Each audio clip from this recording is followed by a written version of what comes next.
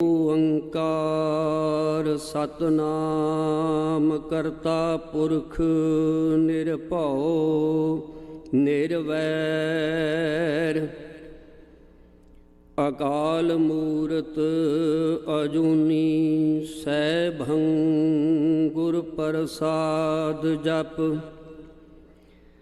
ਆਦ ਸੱਚ ਜੁਗਾਦ ਸੱਚ ਹੈ ਭੀ ਸੱਚ ਨਾਨਕ ਹੋਸੀ ਭੀ ਸੱਚ।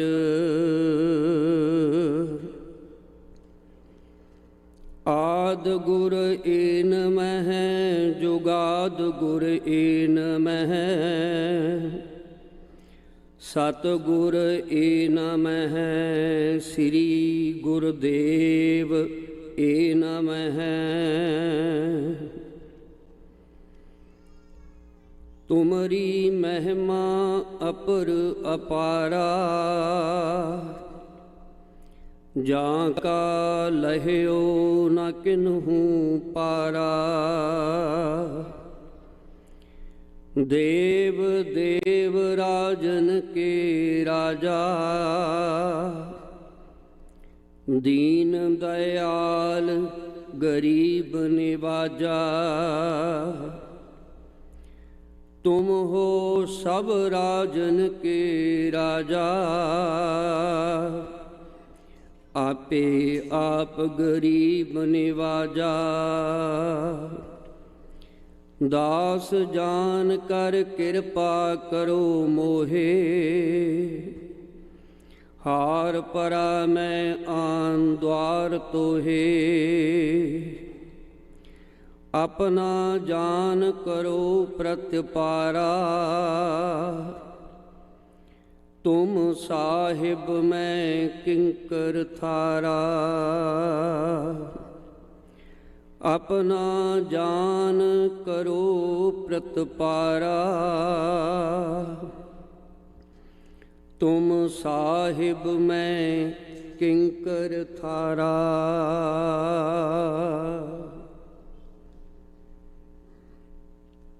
ਜੁਗੋ ਜੁਗ ਅਟਲ ਚਵਰ ਛਤਰ ਤਖਤ ਦੇ ਮਾਲਕ ਗਰੀਬ ਨਿਵਾਜ ਸਤਿਗੁਰੂ ਸੱਚੇ ਪਾਤਸ਼ਾਹ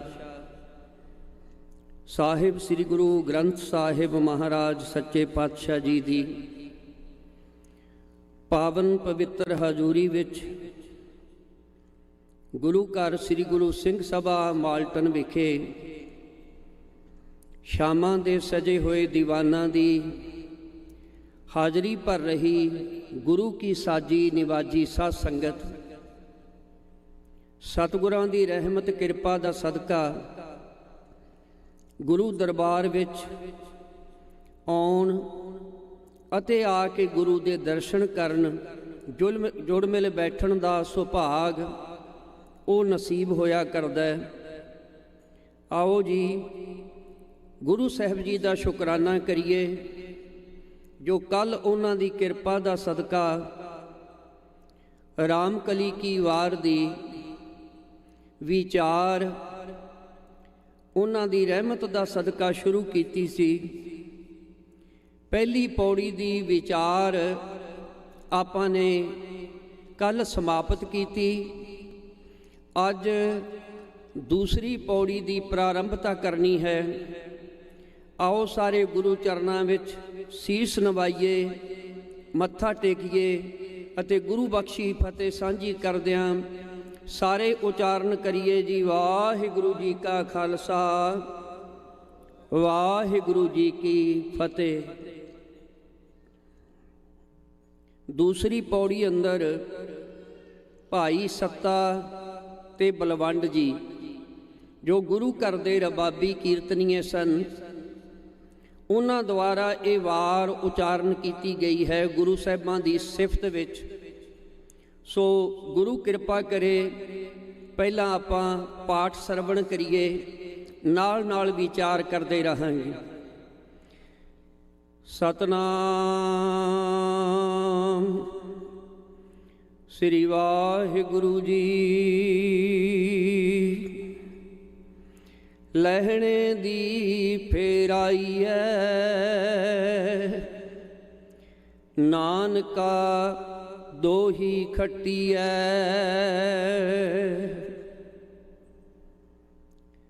लहणे दी फेराई है। भाव गुरु नानक देव जी महाराज ने भाई लहणा जो उन्हां दा सिख सी,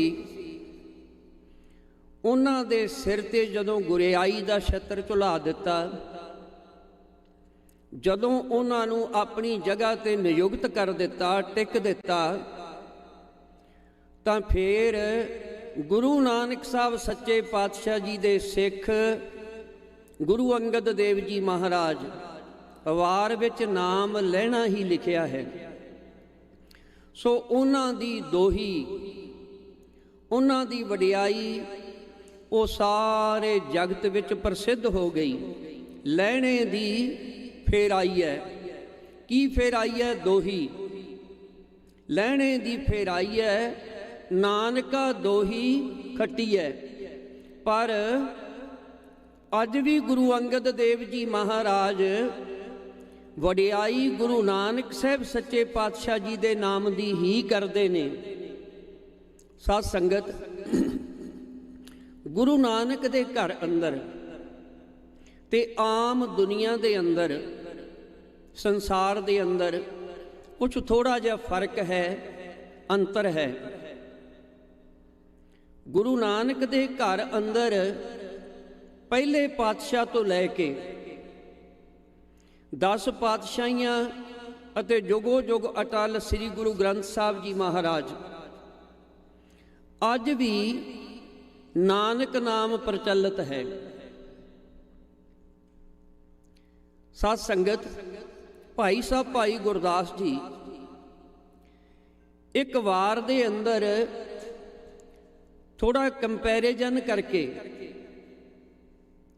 वो दसदे ने कि जिहड़े दुनिया दे बादशाह ने उन्हां विच ते इत्थे गुरु नानक दे घर विच भी ते अक्सर गद्दी ते ही नियुक्त कीता जांदा ना, तख्त ते ही बिठाया जांदा है।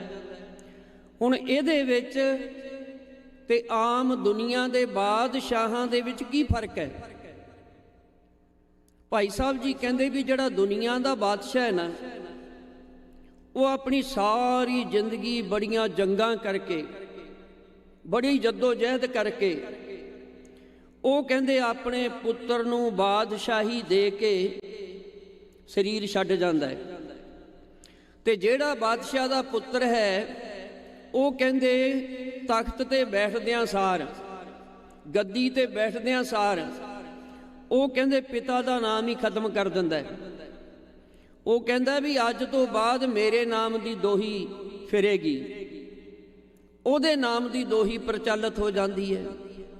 फिर वो कहता भी अजे तक भी शायद लोगों को यकीन ना आवे, इस करके वो कहते मसीत विच जाके काजी नूं कहता है कि मेरे नां दा कुतबा पढ़, ताकि लोगों को पता लग जाए कि हुण गद्दी ते मेरा बाप नहीं मैं बैठ गया।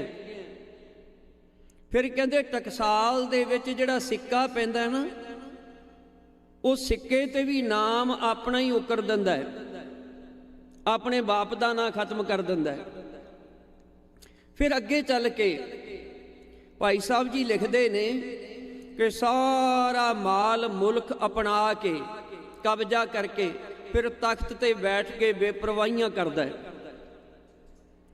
पर इत्थों तक ते 5 पौड़ियां विच भाई गुरदास जी ने जिक्र किया दुनिया के बादशाहां दा।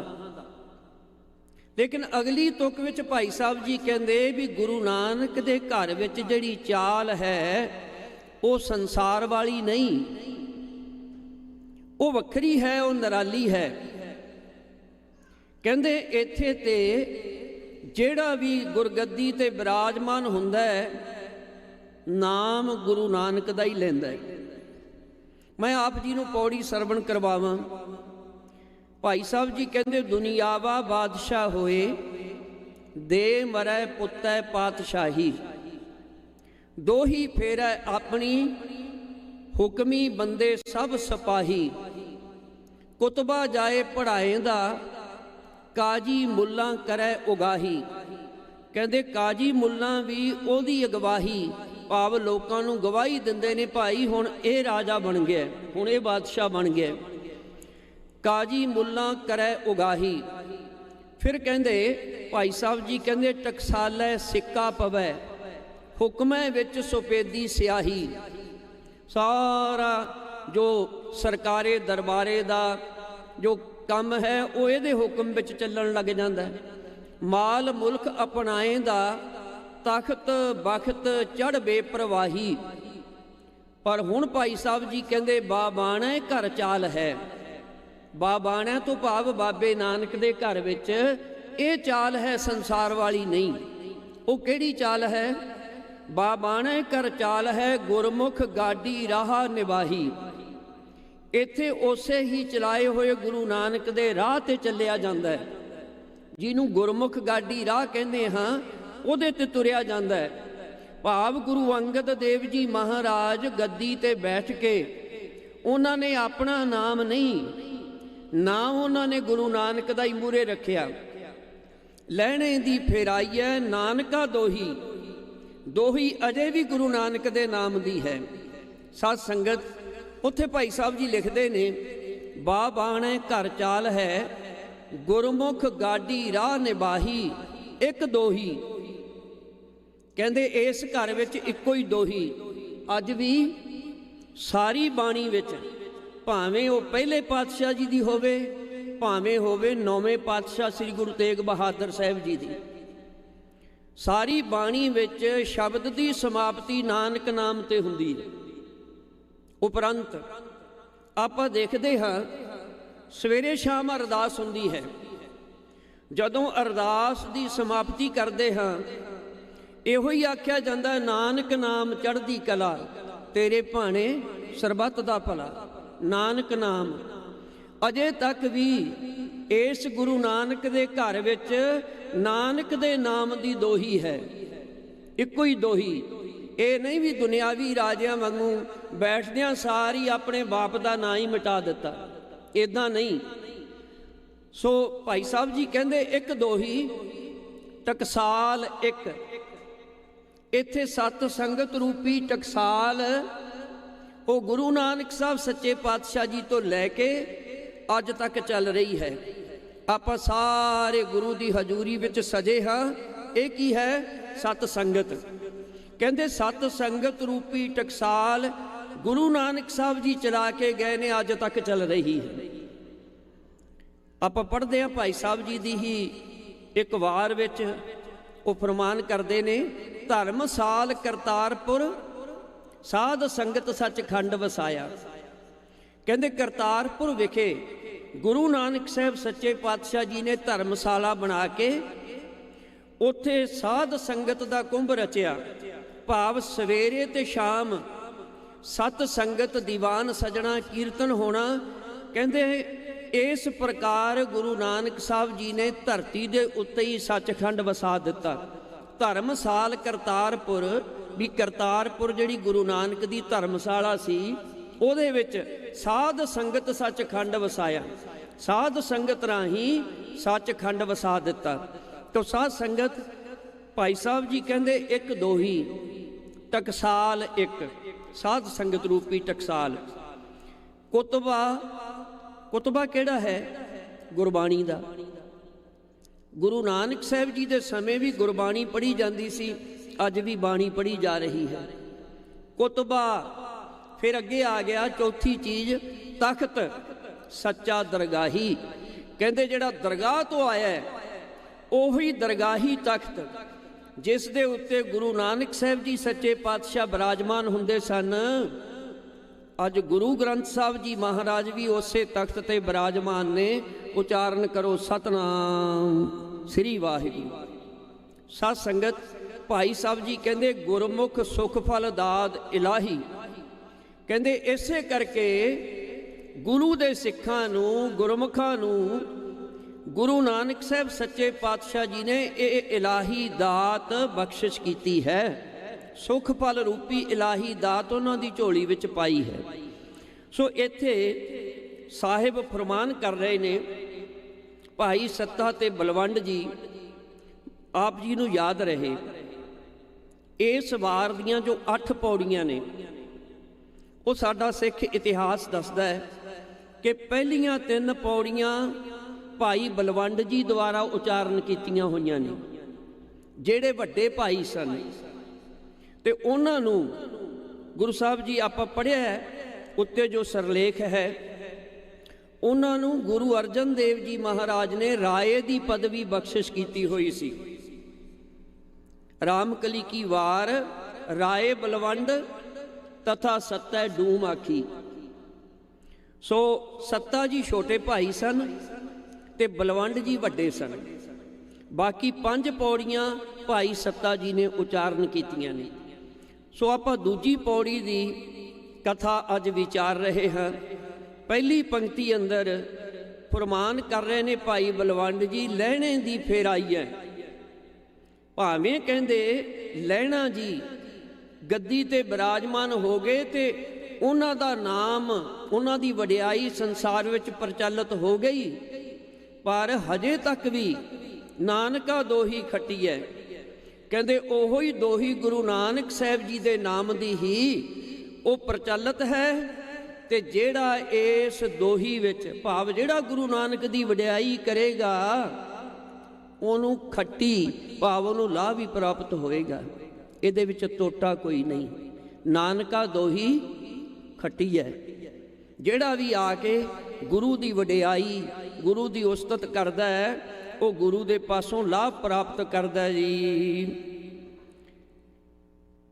जोत ओहा जुगत साए सह काया फेर पलटी है। जोत ते जुगत भी ओहो ही जोत है, ओहो ही जुगत है। जोत ते होगी ना केड़ी भला जोत? परमेश्वर दी, अकाल पुरख वाहिगुरु दी। जोत रूप हर आप गुरु नानक कहायो। कहते ज्योति स्वरूप परमेश्वर ही संसार ते आके गुरु नानक साहब जी कहलवाए। जोत रूप हर आप गुरु नानक कहायो, तांते अंगद भयो तत् स्यों तत् मिलायो। अंगद कृपा धार अमर सतगुर सिर कियो। अमरदास अमृत छत्र गुरु रामह दियो। गुरु रामदास दर्शन परस कहे मथुरा अमृत बायन। मूर्त पंच प्रमाण पुरख गुर अर्जन पिखो नायन। भाव ज्योति ओहो ही तुरी आ रही है। काया बदलती रही है, शरीर बदलते रहे ने, लेकिन जोत अकाल पुरख वाहिगुरु जी दी जो गुरु नानक साहब सच्चे पातशाह जी धुर दरगाह तो आप पढ़ते हाँ। आप नारायण कला धार जग में परवरियो। निरंकार आकार जोत जग मंडल करियो। वो जोत वखरे वखरे शरीरां विच दी 10वें गुरु नानक श्री गुरु गोबिंद सिंह जी महाराज तक ओही प्रचलित रही है। जोत ओहा जुगत साए। जुगत किनू कहंदे ने? मर्यादा नू। कहते ये नहीं कि पहले पातशाह वेले मर्यादा कोई होर सी ते दूजे पातशाह वेले मर्यादा होर बना दिती गई। कहते जोत भी ओही रही ते जुगत तो भाव मर्यादा भी ओही प्रचलित रही। जो गुरु नानक साहब सच्चे पातशाह जी ने मर्यादा प्रचलित की ओही मर्यादा अज भी प्रचलित है। साध संगत मर्यादा नू ये वक्री गल है कि हौली हौली हौली हौली कलगीधर पातशाह तक आउंदियां उन्होंने संपूर्ण कर दिता। भाव संपूर्ण मर्यादा खालसा साज के उहदी झोली विच नाल ही असूल आदर्श जिन्हों असी रहत मर्यादा आखदे हां वो भी खालसे नूं दे दिती। खालसे नूं जिथे अमृत दी दात बख्शिश कीती, अमृत दी दात बख्शिश करके एक दिता बाणा ते दूजी दिती बाणी। बाणी मर्यादा की गल करिए मुख तौर पर, वैसे तो मर्यादा का विस्तार बहुत लंबा चौड़ा है, पर मुख तौर पर ਅੰਮ੍ਰਿਤ ਦੀ ਦਾਤ ਦੇ ਕੇ ਇੱਕ ਬਾਣਾ ਦਿੱਤਾ। ਉਸ ਬਾਣੇ ਵਿੱਚ 5 ਕਕਾਰ ਨੇ ਤੇ ਇੱਕ ਬਾਣੀ ਦਿੱਤੀ। ਹੁਣ ਕਕਾਰ ਅਸੀਂ ਸਰੀਰ ਉੱਪਰ ਪਹਿਨਦੇ ਹਾਂ, ਇਹ ਦਿਖਦੇ ਨੇ, ਤੇ ਜਿਹੜੀ ਬਾਣੀ ਹੈ ਉਹ ਸੂਖਸ਼ਮ ਹੈ, ਉਹ ਦਿਖਾਈ ਨਹੀਂ ਦਿੰਦੀ। ਹੁਣ ਮੈਂ ਜੇ ਬਾਣਾ ਪਾਇਆ ਹੋਇਆ ਹੈ, ਇਹ ਤੇ ਤੁਸੀਂ ਦੇਖ ਲਿਆ, ਪਰ ਮੈਂ ਬਾਣੀ ਕਿੰਨੀ ਪੜ੍ਹਦਾ ਇਹਦਾ ਤੁਹਾਨੂੰ ਪਤਾ ਨਹੀਂ ਲੱਗੇਗਾ। ਉਹ ਸੂਖਸ਼ਮ ਹੈ। ਜਿਵੇਂ ਕਿ ਸਰੀਰ ਦਿਸਦਾ ਹੈ, ਉਹਦੇ ਅੰਦਰ ਜੋ ਅਕਾਲ ਪੁਰਖ ਵਾਹਿਗੁਰੂ ਦੀ ਚੇਤਨ ਸਤਾ ਆਤਮਾ ਹੈ, ਉਹ ਸੂਖਸ਼ਮ ਹੈ। ਸੂਖਸ਼ਮ ਜੀਓ ਆਤਮਾ ਅਤੇ ਸਥੂਲ ਸਰੀਰ ਦੋਨਾਂ ਦਾ ਸੁਮੇਲ ਸਾਡਾ ਜੀਵਨ ਹੈ। ਇਸੇ ਤਰ੍ਹਾਂ ਸੂਖਸ਼ਮ ਹੈ ਬਾਣੀ ਤੇ ਸਥੂਲ ਹੈ ਬਾਣਾ। ਇਹਨਾਂ ਦੋਨਾਂ ਦਾ ਸੁਮੇਲ ਹੀ ਇੱਕ ਗੁਰਸਿੱਖ ਦਾ ਜੀਵਨ ਹੈ। ਉਚਾਰਨ ਕਰੋ ਸਤਨਾਮ ਸ੍ਰੀ ਵਾਹਿਗੁਰੂ। ਜੋਤ ਓਹਾ ਜੁਗਤ ਸਾਏ, ਸਹਿ ਕਾਇਆ ਫੇਰ ਪਲਟੀ ਹੈ। ਕਹਿੰਦੇ ਕਾਇਆ ਪਲਟਦੀ ਰਹੀ ਹੈ। ਸਾਧ ਸੰਗਤ, ਅਸੀਂ ਜਦੋਂ ਕਲਗੀਧਰ ਪਾਤਸ਼ਾਹ ਜੀ ਦੀ ਬਾਣੀ ਪੜ੍ਹਦੇ ਹਾਂ ਬਚਿੱਤਰ ਨਾਟਕ ਦੇ ਅੰਦਰ, ਕਲਗੀਧਰ ਪਾਤਸ਼ਾਹ ਫਰਮਾਨ ਕਰਦੇ ਨੇ, ਸ੍ਰੀ ਨਾਨਕ ਅੰਗਦ ਕਰ ਮਾਨਾ, ਅਮਰਦਾਸ ਅੰਗਦ ਪਹਿਚਾਨਾ, ਅਮਰਦਾਸ ਰਾਮਦਾਸ ਕਹਾਇਓ, ਮੂੜ ਨਾ ਪਾਇਓ। ਕਹਿੰਦੇ ਇਸ ਗੱਲ ਨੂੰ ਸਾਧਨ ਕਿਹਨੂੰ ਕਹਿੰਦੇ ਨੇ? ਜਦੋਂ ਨੰਨਾ ਲੱਗ ਗਿਆ ਮਗਰ ਬਹੁਵਚਨ ਹੋ ਗਿਆ। ਕੱਲਾ ਲਿਖੀਏ ਤੇ ਸਾਧ, ਤੇ ਜਦੋਂ ਮਗਰ ਲਾਤਾ ਨੰਨਾ ਸਾਧਨ, ਭਾਵ ਸਾਧਾਂ ਨੇ ਜਿਨ੍ਹਾਂ ਨੇ ਆਪਣੇ ਮਨ ਸਾਧੇ ਹੋਏ ਸਨ, ਉਹਨਾਂ ਨੇ ਤੇ ਇਸ ਗੱਲ ਨੂੰ ਲੱਖ ਲਿਆ, ਜਾਣ ਲਿਆ। ਤੇ ਜਿਹੜੇ ਮੂੜ ਤੋਂ ਭਾਵ ਜਿਹੜੇ ਮੂਰਖ ਹਨ, ਉਹ ਕਹਿੰਦੇ ਇਹ ਗੱਲ ਜਾਣ ਨਹੀਂ ਸਕੇ ਵੀ ਉਹੋ ਹੀ ਗੁਰੂ ਨਾਨਕ ਸਾਹਿਬ ਜੀ ਦੀ ਜੋਤ ਹੀ ਤੁਰੀ ਆ ਰਹੀ ਹੈ। ਸਾਧਨ ਲਖਾ ਮੂੜ ਨਾ ਪਾਇਓ। ਫਿਰ ਕਹਿੰਦੇ ਭਿੰਨ ਭਿੰਨ ਸਭ ਹੂੰ ਕਰ ਜਾਣਾ। ਭਿੰਨ ਭਿੰਨ ਕਰਕੇ ਤੇ ਸਾਰੇ ਗੁਰੂ ਸਾਹਿਬਾਨਾਂ ਦੇ ਸਰੀਰ ਨੂੰ ਸਾਰਿਆਂ ਨੇ ਜਾਣੇ ਵੀ ਇਹ ਗੁਰੂ ਅੰਗਦ ਦੇਵ ਜੀ ਨੇ, ਗੁਰੂ ਅਮਰਦਾਸ ਜੀ ਨੇ, ਗੁਰੂ ਰਾਮਦਾਸ ਜੀ ਨੇ। ਭਾਵ ਭਿੰਨ ਭਿੰਨ ਕਰਕੇ ਤੇ ਸਾਰਿਆਂ ਨੇ ਜਾਣੇ। ਭਿੰਨ ਭਿੰਨ ਸਭ ਹੂੰ ਕਰ ਜਾਣਾ, ਏਕ ਰੂਪ ਕਿਨਹੂ ਪਹਿਚਾਨਾ। ਪਰ ਕਹਿੰਦੇ ਇੱਕ ਰੂਪ ਕਿਸੇ ਕਿਸੇ ਨੇ ਪਛਾਣਿਆ, ਤੇ ਜਿਨ ਜਾਨਾ ਤਿਨ ਹੀ ਸਿੱਧ ਪਾਈ, ਬਿਨ ਸਮਝੇ ਸਿੱਧ ਹਾਥ ਨਾ ਆਈ। ਕਲਗੀਧਰ ਪਾਤਸ਼ਾਹ ਜੀ ਕਹਿੰਦੇ ਜਿਨ੍ਹਾਂ ਨੇ ਇੱਕ ਰੂਪ ਜਾਣਿਆ ਹੈ, ਸਿੱਧੀ ਉਹਨਾਂ ਨੇ ਪ੍ਰਾਪਤ ਕੀਤੀ ਹੈ। ਇਸ ਗੱਲ ਤੋਂ ਅਣਜਾਣ ਰਿਹਾ, ਭਾਵ ਜਿਨ੍ਹਾਂ ਨੂੰ ਇਸ ਗੱਲ ਦੀ ਵਾਕਫੀਅਤ ਨਹੀਂ ਸੀ, ਜਿਨ੍ਹਾਂ ਨੇ ਇੱਕ ਰੂਪ ਨਹੀਂ ਜਾਣਿਆ ਪਛਾਣਿਆ, ਕਹਿੰਦੇ ਉਹਨਾਂ ਦੇ ਹੱਥ ਸਿੱਧੀ। ਸਿੱਧੀ ਕਾਸ ਨੂੰ ਕਹਿੰਦੇ ਨੇ? ਜਦੋਂ ਕੋਈ ਬੰਦਾ ਸਾਧਨਾ ਕਰਦਾ ਹੈ, ਉਹਦੀ ਸਾਧਨਾ ਪੂਰੀ ਹੋ ਜਾਏ ਤੇ ਉਹਨੂੰ ਕਿਹਾ ਜਾਂਦਾ ਹੈ ਵੀ ਇਹਨੇ ਸਿੱਧੀ ਕਰ ਲਈ, ਭਾਵੇਂ ਸਿੱਧ ਹੋ ਗਿਆ।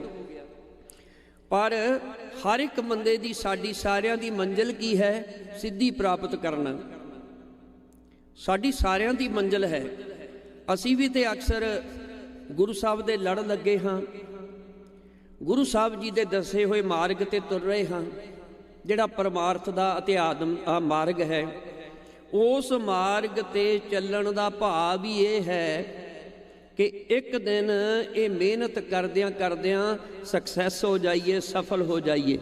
ਹਰ ਇੱਕ ਬੰਦਾ ਜਿਹੜਾ ਵੀ ਕੋਈ ਕਿਸੇ ਪਹਿਲੂ ਵਿੱਚ ਕੋਈ ਵਿੱਦਿਆ ਪੜ੍ਹ ਰਿਹਾ ਹੈ, ਉਸ ਮਾਰਗ ਵਿੱਚ ਸਿੱਧੀ ਕਰਨਾ ਹੀ ਉਹਦੀ ਮੰਜ਼ਿਲ ਹੋਇਆ ਕਰਦੀ ਹੈ।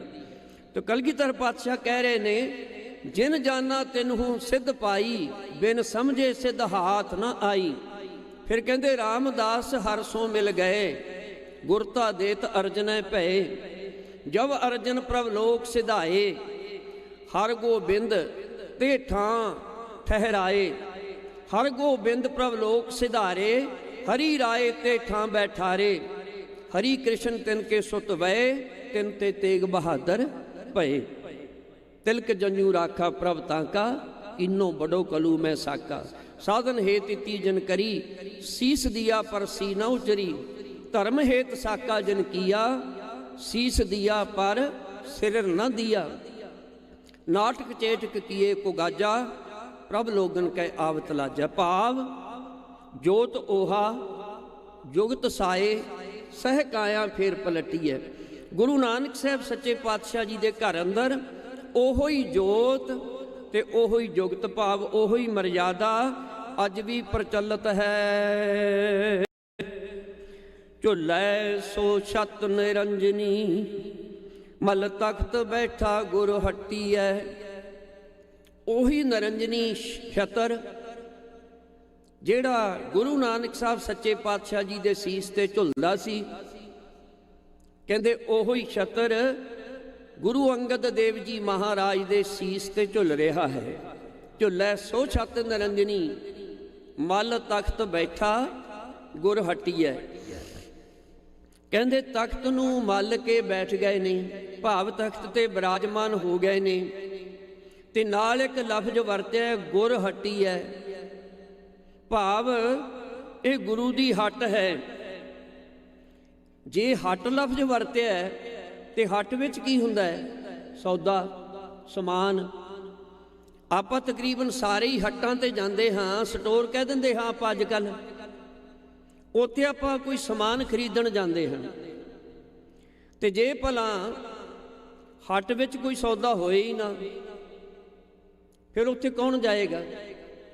ਗੁਰੂ ਨਾਨਕ ਸਾਹਿਬ ਸੱਚੇ ਪਾਤਸ਼ਾਹ ਜੀ ਦੀ ਵੀ ਹੱਟ ਹੈ। ਤੇ ਇੱਥੇ ਭਾਈ ਸਾਹਿਬ ਜੀ ਲਿਖਦੇ ਨੇ, ਭਾਈ ਸਾਹਿਬ ਜੀ ਕਹਿੰਦੇ ਇਸ ਹੱਟ ਤੋਂ ਵੀ ਸੌਦਾ ਲਿਆ ਵੀ ਜਾਂਦਾ ਹੈ ਤੇ ਦਿੱਤਾ ਵੀ ਜਾਂਦਾ ਹੈ। ਕਿਹੜੀ ਚੀਜ਼ ਹੈ ਜਿਹੜੀ ਲਈ ਜਾਂਦੀ ਹੈ ਤੇ ਕਿਹੜੀ ਹੈ ਜਿਹੜੀ ਦਿੱਤੀ ਜਾਂਦੀ ਹੈ?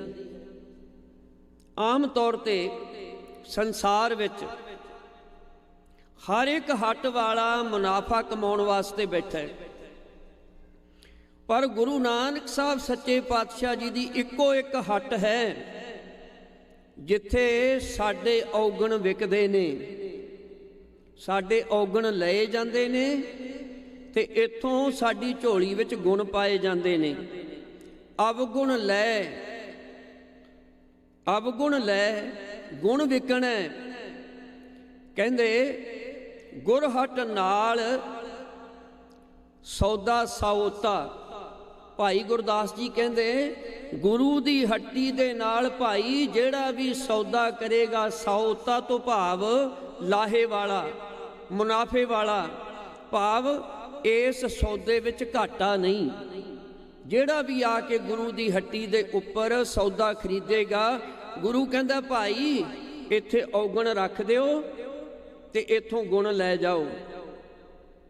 ਕੋਈ ਹੈ ਸੰਸਾਰ ਵਿੱਚ ਐਸੀ ਥਾਂ ਜਿੱਥੇ ਔਗਣ ਲਏ ਜਾਂਦੇ ਹੋਣ ਤੇ ਗੁਣ ਦਿੱਤੇ ਜਾਂਦੇ ਹੋਣ? ਇਹ ਸਮਰੱਥਾ ਕਿਤੇ ਵੀ ਨਹੀਂ, ਇਹ ਕੇਵਲ ਗੁਰੂ ਵਿੱਚ ਤਾਕਤ ਹੈ। ਬਾਕੀ ਸੰਸਾਰ ਦਾ ਸਮਾਨ ਜਿੱਥੋਂ ਮਰਜ਼ੀ ਖਰੀਦ ਲਓ, ਪਰ ਆਪਣਾ ਜੀਵਨ ਉਹ ਗੁਰੂ ਦੇ ਚਰਨਾਂ ਵਿੱਚ ਆ ਕੇ ਬਣਦਾ ਹੈ। ਔਗਣ ਦੇਣਾ ਤੇ ਗੁਣ ਲੈਣਾ, ਇਹ ਜੀਵਨ ਬਣਾਉਣਾ ਹੈ, ਹੋਰ ਕੀ ਹੈ? ਗੁਰੂ ਕਹਿੰਦਾ ਹੈ ਵੀ ਬੁਰਾਈ ਛੱਡ ਦੇ। ਹੁਣ ਔਗਣ ਕਿਉਂ ਛੱਡਣੇ ਨੇ?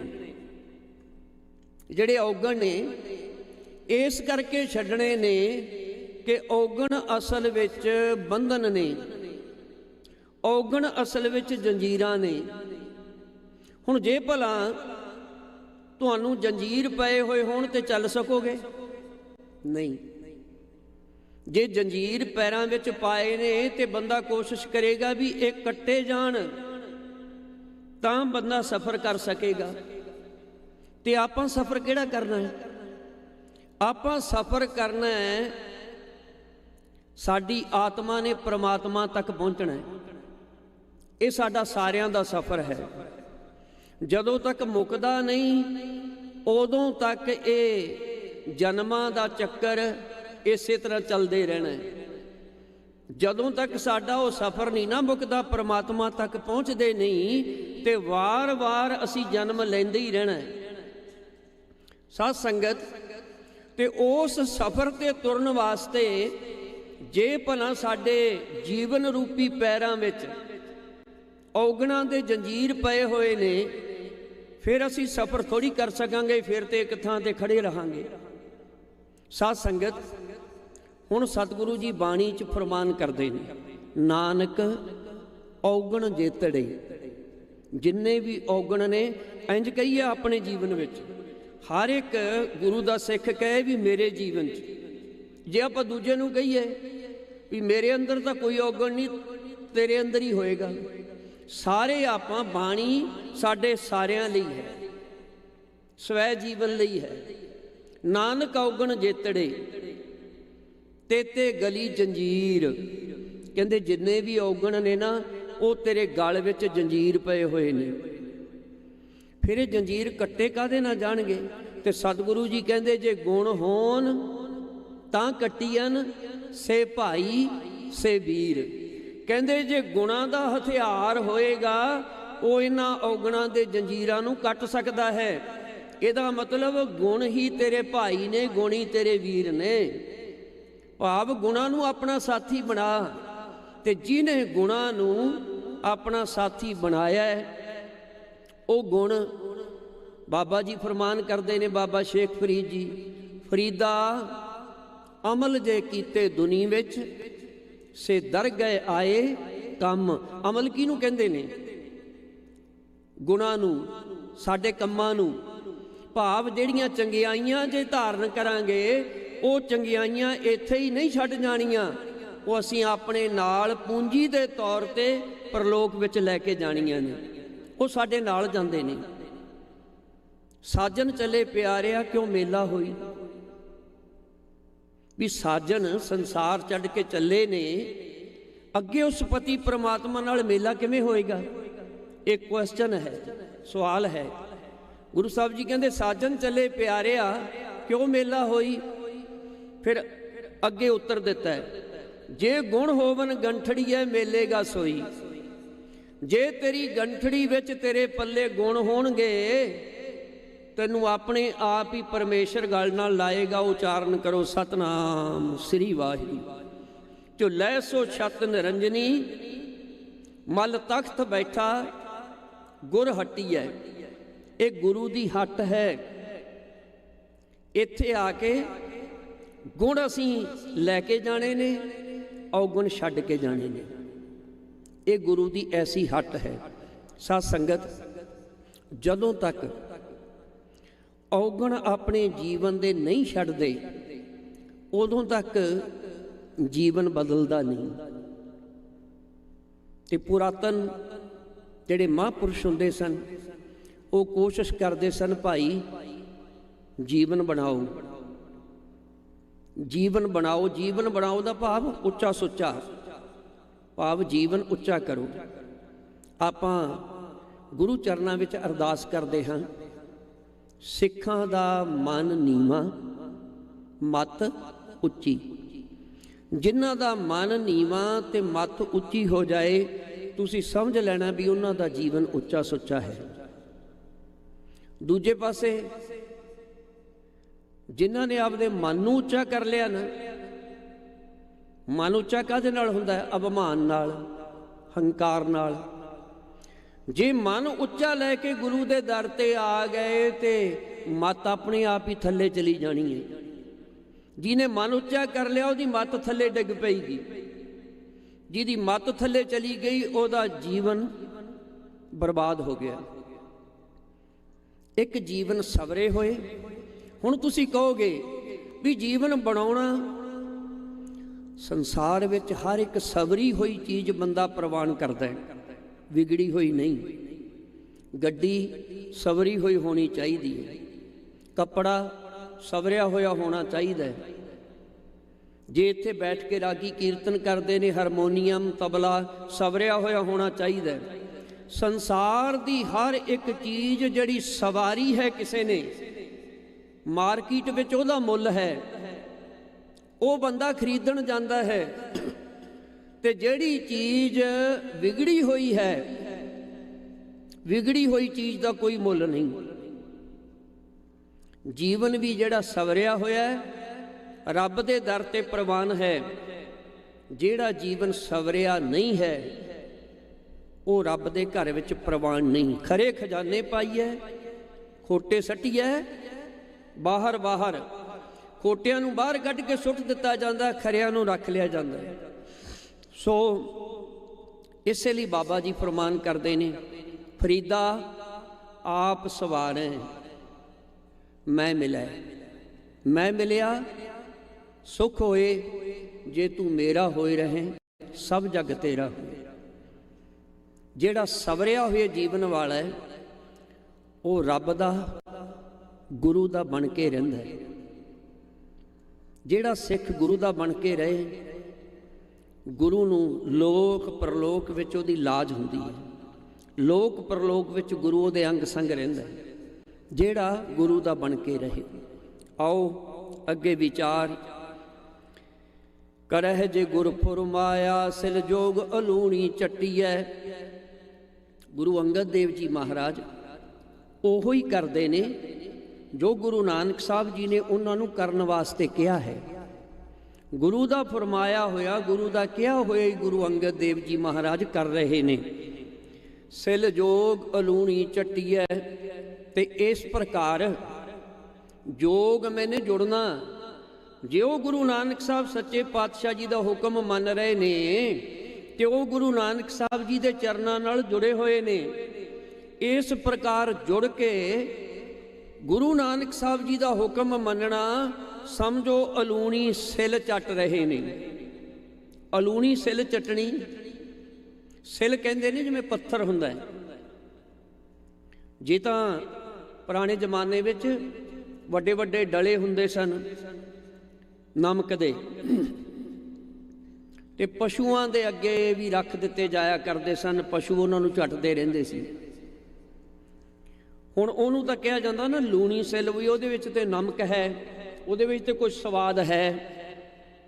ਪਰ ਜੇ ਭਲਾ ਉਹੋ ਜੀ ਸਿਲ ਅਲੂਣੀ ਹੋਏ, ਭਾਵ ਨਮਕ ਜਿੰਨਾ ਸਵਾਦ ਵੀ ਨਾ ਹੋਏ, ਤੇ ਉਹਨੂੰ ਚੱਟਣਾ ਕਿੰਨਾ ਔਖਾ ਹੈ। ਗੁਰੂ ਦਾ ਹੁਕਮ ਮੰਨਣਾ ਵੀ ਅਲੂਣੀ ਸਿਲ ਚੱਟਣ ਦੇ ਬਰਾਬਰ ਹੈ। ਉਚਾਰਨ ਕਰੋ ਸਤਨਾਮ ਸ੍ਰੀ ਵਾਹਿਗੁਰੂ।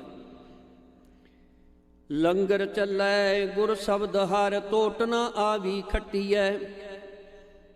ਗੁਰੂ ਅੰਗਦ ਦੇਵ ਜੀ ਮਹਾਰਾਜ ਨੇ ਸਾਰਿਆਂ ਤੋਂ ਪਹਿਲਾਂ ਗੁਰੂ ਸ਼ਬਦ ਦਾ ਲੰਗਰ ਪ੍ਰਚਲਿਤ ਕੀਤਾ। ਭਾਵ ਜੋ ਗੁਰੂ ਨਾਨਕ ਸਾਹਿਬ ਜੀ ਨੇ ਸ਼ੁਰੂ ਕੀਤਾ ਸੀ, ਕੱਲਾ ਲੰਗਰ ਦੂਸਰਾ ਹੀ ਨਹੀਂ, ਜੋ ਮਾਤਾ ਖੀਵੀ ਜੀ ਦੀ ਜ਼ਿੰਮੇਵਾਰੀ ਲਾਈ ਤੇ ਉਹ ਸੰਗਤਾਂ ਨੂੰ ਛਕਾਉਂਦੇ ਸਨ। ਪਹਿਲਾਂ ਕਹਿੰਦੇ ਲੰਗਰ ਕਿਹੜਾ? ਸ਼ਬਦ ਦਾ ਲੰਗਰ। ਤੇ ਹਮੇਸ਼ਾ ਪਹਿਲਾਂ ਗੁਰੂ ਦਰਬਾਰ ਵਿੱਚ ਦੀਵਾਨ ਸਜਦੇ ਨੇ, ਦੀਵਾਨਾਂ ਦੀ ਸਮਾਪਤੀ ਤੋਂ ਬਾਅਦ ਸੰਗਤਾਂ ਲੰਗਰ ਛਕਦੀਆਂ ਨੇ। ਇਸ ਲਈ ਪਹਿਲਾਂ ਸ਼ਬਦ ਦਾ ਲੰਗਰ ਹੈ, ਨਾਮ ਦਾ ਲੰਗਰ ਹੈ। ਲੰਗਰ ਚੱਲੈ ਗੁਰ ਸ਼ਬਦ ਹਰ, ਹਰੀ ਪਰਮੇਸ਼ਰ ਦੇ ਨਾਮ ਦਾ, ਬਾਣੀ ਦਾ ਕਹਿੰਦੇ ਉਹ ਲੰਗਰ ਚੱਲ ਰਿਹਾ ਹੈ ਗੁਰੂ ਅੰਗਦ ਦੇਵ ਜੀ ਮਹਾਰਾਜ ਦੀ ਛਤਰ ਛਾਇਆ ਹੇਠ। ਲੰਗਰ ਚੱਲੈ ਗੁਰ ਸ਼ਬਦ ਹਰ, ਟੋਟ ਨਾ ਆਵੀ ਖੱਟੀਐ। ਕਹਿੰਦੇ ਇਹ ਜੋ ਲੰਗਰ ਚਲਾਇਆ ਨਾ ਉਹਨਾਂ ਨੇ, ਇਹ ਮੁੱਕਣ ਵਾਲਾ ਨਹੀਂ, ਇਹਦੇ ਵਿੱਚ ਟੋਟਾ ਨਹੀਂ ਆਉਂਦਾ। ਨਿਖੁੱਟ ਨਾ ਜਾਈ ਮੂਲ, ਅਤੁੱਲ ਭੰਡਾਰਿਆ। ਨਿਖੁੱਟ ਮੈਨੇ ਖਤਮ ਹੋ ਜਾਣਾ, ਮੁੱਕ ਜਾਣਾ।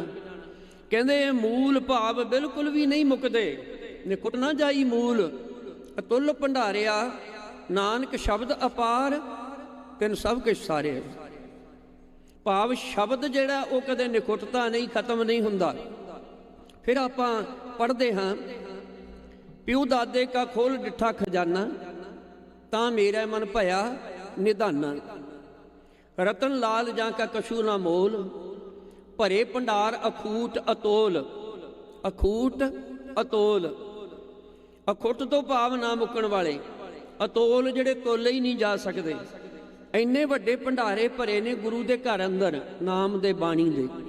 ਭਰੇ ਭੰਡਾਰ ਅਖੂਟ ਅਤੋਲ, ਖਾਵੈ ਹੈ ਖਰਚ ਹੈ ਰਲ ਮਿਲ ਭਾਈ। ਟੋਟ ਨਾ ਆਵੈ ਵੱਧ ਦੋ ਜਾਈ। ਪਹਿਲਾਂ ਲਫ਼ਜ਼ ਵਰਤਿਆ ਖਾਣਾ, ਫਿਰ ਲਫ਼ਜ਼ ਵਰਤਿਆ ਖਰਚਣਾ। ਸਾਧ ਸੰਗਤ, ਜੋ ਨਾਮ ਹੈ ਖਾਹੇ ਖਰਚ, ਪਹਿਲਾਂ ਖਾਹੇ ਆਖਿਆ ਫਿਰ ਖਰਚ। ਜੇ ਬਾਣੀ ਪੜ੍ਹੀ ਨਹੀਂ ਕਿਸੇ ਨੇ, ਨਾਮ ਜਪਿਆ ਹੀ ਨਹੀਂ, ਉਹ ਦੂਜੇ ਨੂੰ ਕਿਵੇਂ ਜਪਾਏਗਾ? ਇਸੇ ਲਈ ਅੱਗੇ ਨਾਮ ਮਹਾਂਪੁਰਸ਼ ਹੀ ਜਪਾਉਂਦੇ ਸਨ। ਉਹਨਾਂ ਨੇ ਪਹਿਲਾਂ ਆਪ ਤਪੱਸਿਆ ਕੀਤੀ ਹੋਈ ਹੁੰਦੀ ਸੀ, ਉਹ ਕਿਸੇ ਨੂੰ ਉਪਦੇਸ਼ ਦੇਣ ਦੇ ਯੋਗ ਹੁੰਦੇ ਸਨ। ਤੋ ਸਾਧ ਸੰਗਤ ਸਾਹਿਬ ਪ੍ਰਮਾਨ ਕਰਦੇ ਨੇ, ਜਿਚਰ ਆਪ ਕਿਰਪਾਲ ਸ਼ਬਦ ਅਖੁੱਟ ਬਾਬਾ ਨਾਨਕਾ ਖਾਹੇ ਖਰਚ ਧਨ ਮਾਲ। ਸੋ ਲੰਗਰ ਚੱਲੇ ਗੁਰ ਸ਼ਬਦ ਹਰ ਤੋਟ ਨਾ ਆਵੀ ਖੱਟੀਐ, ਖਰਚੇ ਦਿੱਤ ਖਸਮ ਦੀ ਆਪ ਖੈਂਦੀ ਖੈਰ ਦਬਟੀਐ। ਖਸਮ ਦੀ ਦਿੱਤੀ ਹੋਈ ਦਾਤ ਨੂੰ ਖਰਚ ਰਹੇ ਨੇ ਤੇ ਨਾਲ ਖੈਂਦੀ ਭਾਵ ਆਪ ਖਾ ਵੀ ਰਹੇ ਨੇ। ਤੇ ਖੈਰ ਹੁੰਦੀ ਸੀ ਵੀ ਖੈਰ ਮੰਗਣ ਵਾਸਤੇ ਆਇਆ, ਤੇ ਇੱਕ ਜਣਾ ਖੈਰ ਦਿੰਦਾ ਹੈ, ਕਹਿੰਦੇ ਉਹ ਖਾ ਵੀ ਰਹੇ ਨੇ ਤੇ ਖੈਰ ਦੇ ਵੀ ਰਹੇ ਨੇ। ਆਪ ਖੈਂਦੀ ਖੈਰ ਦਬਟੀਐ, ਹੋਵੇ ਸਿਫਤ ਖਸਮ ਦੀ ਨੂਰ ਅਰਸੋਂ ਕੁਰਸੋਂ ਝੱਟੀਐ। ਕਹਿੰਦੇ ਗੁਰੂ ਨਾਨਕ ਸਾਹਿਬ ਸੱਚੇ ਪਾਤਸ਼ਾਹ ਜੀ ਨੇ ਜੋ ਅਕਾਲ ਪੁਰਖ ਵਾਹਿਗੁਰੂ ਦੀ ਸਿਫਤ ਦੀ ਮਰਿਆਦਾ ਚਲਾਈ, ਕਹਿੰਦੇ ਉਹ ਅੱਜ ਵੀ ਹੋ ਰਹੀ ਹੈ ਅਕਾਲ ਪੁਰਖ ਵਾਹਿਗੁਰੂ ਦੀ ਸਿਫਤ। ਤੇ ਜਦੋਂ ਪਰਮੇਸ਼ਰ ਦੀ ਸਿਫਤ ਹੁੰਦੀ ਹੈ ਕੀਰਤਨ ਕਥਾ ਦੇ ਰਾਹੀਂ, ਤੇ ਨੂਰ ਅਰਸੋਂ ਕੁਰਸੋਂ ਝੱਟੀਐ। ਅਰਸ਼ ਆਕਾਸ਼ ਤੇ ਕੁਰਸ ਮੈਨੇ ਹੁੰਦਾ ਹੈ ਇੱਕ, ਜਿਸ ਤਰ੍ਹਾਂ ਗੋਲ ਕੋਈ ਚੀਜ਼ ਹੈ ਨਾ, ਉਹਨੂੰ ਕੁਰਸ਼ ਕਹਿੰਦੇ ਨੇ। ਟਿੱਕੀ ਇਹ ਲਫ਼ਜ਼ ਕਿਹਦੇ ਲਈ ਵਰਤਿਆ? ਸੂਰਜ ਵਾਸਤੇ। ਵੀ ਜਿਵੇਂ ਆਕਾਸ਼ ਦੇ ਵਿੱਚ ਸੂਰਜ ਹੁੰਦਾ ਹੈ ਨਾ, ਗੁਰੂ ਅੰਗਦ ਦੇਵ ਜੀ ਮਹਾਰਾਜ ਦੇ ਚਿਹਰੇ ਦਾ ਨੂਰ ਐਂ ਚਮਕ ਰਿਹਾ ਹੈ। ਜਦੋਂ ਸਿਫਤ ਹੁੰਦੀ ਹੈ ਤੇ ਸਿਫਤ ਦੇ ਨਾਲ ਗੁਰੂ ਦਾ ਜਿਹੜਾ ਨੂਰ ਹੈ ਉਹ ਡਲਕਾ ਮਾਰਦਾ ਹੈ। ਉਚਾਰਨ ਕਰੋ ਸਤਨਾਮ ਸ੍ਰੀ ਵਾਹਿਗੁਰੂ। ਹੋਵੇ ਸਿਫਤ ਖਸਮ ਦੀ ਨੂਰ ਅਰਸੋਂ ਕੁਰਸੋਂ ਝੱਟੀਐ, ਤੁਧ ਡਿੱਠੇ ਸੱਚੇ ਪਾਤਸ਼ਾਹ ਮਲ ਜਨਮ ਜਨਮ ਦੀ ਕੱਟੀਐ। ਸੱਚੇ ਪਾਤਸ਼ਾਹ ਜੀ ਜਿਹੜੇ ਵੀ ਤੁਹਾਡਾ ਦਰਸ਼ਨ ਕਰਦੇ ਨੇ, ਉਹਨਾਂ ਦੀ ਜਨਮਾਂ ਜਨਮਾਂ ਦੀ ਮੈਲ ਕੱਟੀ ਜਾਂਦੀ ਹੈ। ਗੁਰੂ ਅੰਗਦ ਦੇਵ ਜੀ ਮਹਾਰਾਜ ਜਦੋਂ ਬਾਹਰ ਆਉਂਦੇ ਸਨ ਨਾ ਸਵੇਰ ਵੇਲੇ, ਤੇ ਬਹੁਤ ਦੁਖੀ ਤੇ ਜਿਹੜੇ ਰੋਗੀ ਸਨ ਉਹ ਬਾਹਰ ਬੈਠੇ ਰਹਿੰਦੇ ਸਨ, ਤੇ ਜਿਨ੍ਹਾਂ ਦੇ ਉੱਤੇ ਗੁਰੂ ਸਾਹਿਬਾਂ ਦੀ ਨਜ਼ਰ ਪੈ ਜਾਂਦੀ ਸੀ ਉਹ ਸਾਰੇ ਅਰੋਗ ਹੋ ਜਾਂਦੇ ਸਨ। ਉਚਾਰਨ ਕਰੋ ਸਤਨਾਮ ਸ੍ਰੀ ਵਾਹਿਗੁਰੂ। ਤੁਧ ਡਿੱਠੇ ਸੱਚੇ ਪਾਤਸ਼ਾਹ ਮਲ ਜਨਮ ਜਨਮ ਦੀ ਕੱਟੀਐ, ਸੱਚ ਜੇ ਗੁਰ ਫਰਮਾਇਆ ਕਿਉਂ ਏਦੂ ਬੋਲੋਂ ਹਟੀਐ। ਜੋ ਸੱਚ ਗੁਰੂ ਸਾਹਿਬ ਜੀ ਨੇ ਫਰਮਾ ਦਿੱਤਾ ਹੈ, ਭਾਵ ਕਿ ਗੁਰੂ ਅੰਗਦ ਦੇਵ ਜੀ ਗੁਰਗੱਦੀ ਤੇ ਬਿਰਾਜਮਾਨ ਹੋਣ, ਕਹਿੰਦੇ ਇਸ ਬੋਲ ਤੋਂ ਹਟਿਆ ਕਿਵੇਂ ਜਾ ਸਕਦਾ? ਉਹਨੂੰ ਭਲਾ ਪਾਸੇ ਕਿਵੇਂ ਟਾਲਿਆ ਕਿਵੇਂ ਜਾ ਸਕਦਾ? ਪੁੱਤਰੀ ਕੌਲ ਨਾ ਪਾਲਿਓ ਕਰ ਪੀਰੋਂ ਕੰਨ ਮੁਰਟੀਐ। ਪੁੱਤਰੀ ਭਾਵ ਬਾਬਾ ਸ੍ਰੀ ਚੰਦ ਤੇ ਲਖਮੀ ਦਾਸ ਜੀ, ਭਾਵ ਉਹਨਾਂ ਨੇ ਗੁਰੂ ਨਾਨਕ ਸਾਹਿਬ ਸੱਚੇ ਪਾਤਸ਼ਾਹ ਜੀ ਦਾ ਕੌਲ ਤੋਂ ਭਾਵ ਹੈ ਬਚਨ, ਉਸ ਤਰ੍ਹਾਂ ਨਹੀਂ ਮੰਨਿਆ ਜਿਵੇਂ ਗੁਰੂ ਅੰਗਦ ਦੇਵ ਜੀ ਮਹਾਰਾਜ ਨੇ ਮੰਨਿਆ। ਵੀ ਪੁੱਤਰਾਂ ਨੇ ਗੁਰੂ ਸਾਹਿਬ ਜੀ ਦਾ ਕੌਲ ਪਾਲਿਆ ਨਹੀਂ, ਭਾਵ ਬਚਨ ਮੰਨਿਆ ਨਹੀਂ। ਜੇ ਬਚਨ ਨਹੀਂ ਮੰਨਿਆ ਤੇ ਫਿਰ ਇਸ ਗੁਰੂ ਨਾਨਕ ਸਾਹਿਬ ਜੀ ਦੇ ਤਖਤ ਤੇ ਉਹ ਬਿਰਾਜਮਾਨ ਵੀ ਨਹੀਂ ਹੋਈ, ਭਾਵ ਮੰਨ ਨਹੀਂ ਸਕੇ, ਉੱਥੇ ਤੱਕ ਪਹੁੰਚ ਨਹੀਂ ਸਕੇ। ਇਹ ਮਹਾਂਪੁਰਸ਼ ਦੱਸਦੇ ਨੇ ਕਿ ਸਰੀਰ ਜਿਹੜਾ ਇਹ ਭਾਂਡਾ ਹੈ, ਜਿੱਥੇ ਜੋਤ ਨੇ ਟਿਕਣਾ ਹੁੰਦਾ, ਉਹ ਪਹਿਲਾਂ ਹੀ ਬਣ ਕੇ ਆਉਂਦਾ। ਇਸੇ ਲਈ ਜਦੋਂ ਪਹਿਲੇ ਦਿਨ ਆਏ ਸਨ ਨਾ ਗੁਰੂ ਅੰਗਦ ਦੇਵ ਜੀ ਮਹਾਰਾਜ, ਤੇ ਗੁਰੂ ਨਾਨਕ ਸਾਹਿਬ ਜੀ ਅੱਗੋਂ ਬਾਗ ਫੜ ਕੇ ਤੇ ਘੋੜੀ ਤੇ ਬਿਠਾ ਕੇ ਤੁਰੇ ਆਉਂਦੇ ਸਨ। ਤੇ ਜਦੋਂ ਆਖਿਆ ਸੀ ਮਹਾਰਾਜ ਵੀ ਮੇਰੇ ਤੇ ਤਾਂ ਭਾਰ ਹੀ ਚੜ੍ਹ ਗਿਆ, ਮੈਨੂੰ ਤਾਂ ਪਤਾ ਨਹੀਂ ਸੀ, ਮੈਂ ਘੋੜੀ ਤੇ ਬੈਠਾ, ਤੁਸੀਂ ਤੁਰ ਕੇ ਆਏ। ਤੇ ਗੁਰੂ ਸਾਹਿਬ ਜੀ ਪੁੱਛਦੇ ਨੇ ਤੇਰਾ ਨਾਂ ਕੀ ਹੈ? ਕਿਹਾ ਜੀ ਮੇਰਾ ਨਾਂ ਹੈ ਲਹਿਣਾ। ਤੇ ਗੁਰੂ ਸਾਹਿਬ ਜੀ ਕਹਿੰਦੇ ਜੇ ਤੂੰ ਲੈਣਾ ਤੇ ਅਸੀਂ ਤੇਰਾ ਦੇਣਾ। ਫਿਰ ਲੈਣਦਾਰ ਘੋੜੀਆਂ ਤੇ ਚੜ੍ਹ ਕੇ ਆਉਂਦੇ ਨੇ, ਦੇਣ ਵਾਲੇ ਪੈਦਲ ਹੀ ਤੁਰਦੇ ਨੇ। ਜੇ ਪਹਿਲੇ ਹੀ ਦਿਨ ਆਖ ਦਿੱਤਾ ਸੀ, ਇਹਦਾ ਮਤਲਬ ਜੋਤ ਉਸ ਭਾਂਡੇ ਵਿੱਚ ਹੀ ਟਿਕਣੀ ਸੀ। ਸੋ ਮੈਂ ਬੇਨਤੀ ਕਰਾਂ, ਸਮਾਪਤੀ ਕਰ ਰਿਹਾ। ਦਿਲ ਕੋਟੇ ਆਕੀ ਫਿਰਨ ਬਨ ਭਾਰ ਉਚਾਇਨ ਛੱਟੀਐ। ਕਹਿੰਦੇ ਉਹਨਾਂ ਦੇ ਮਨ ਵਿੱਚ ਖੋਟ ਆ ਗਈ ਤੇ ਉਹ ਗੁਰੂ ਤੋਂ ਇਸ ਕਰਕੇ ਹੋ ਗਏ ਆਕੀ ਬੰਨ ਭਾਰ ਉਚਾਇਨ ਛੱਟੀਐ।